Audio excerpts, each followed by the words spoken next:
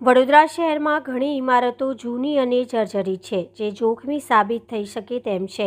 વડોદરા મહાનગરપાલિકા દ્વારા દર વર્ષે ચોમાસાની શરૂઆતમાં નિર્ભયા નોટિસ લગાવી સંતોષ મનાવવામાં આવે છે, પરંતુ આવી જર્જરિત અથવા તો જોખમી ઇમારતોના સુરક્ષા સંદર્ભે કોઈપણ પ્રકારની તકેદારી લેવામાં આવતી નથી. ફક્ત નોટિસો આપીને કામગીરી કરી પોતાની જવાબદારીમાંથી મુક્ત બની જાય છે. શું પાલિકા તંત્ર કોઈ હોનારતની ઘટના બને તેની રાહ જોઈને તો નથી બેઠું ને?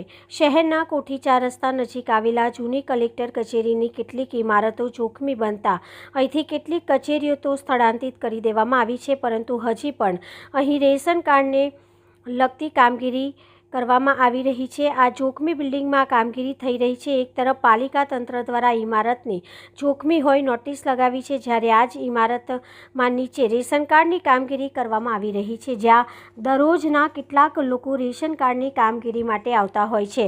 બીજી તરફ હાલમાં ચોમાસામાં જ્યાં શહેરમાં જૂની ઇમારતો દિવાલો ધરાશયી થવાની ઘટનાઓ સામે આવી રહી છે, ત્યાં જ અહીં કોઈ મોટી દુર્ઘટના સર્જાય તો તેના માટે જવાબદાર કોણ? શું તંત્ર પાસે અન્ય કોઈ સુરક્ષિત જગ્યા નથી કે પછી કોઈ દુર્ઘટનાની રાહ જોવાઈ રહ્યું છે? શું લોકોના સલામતી માટે ફક્ત નોટિસ ચોંટાડી દેવી પૂરતું છે?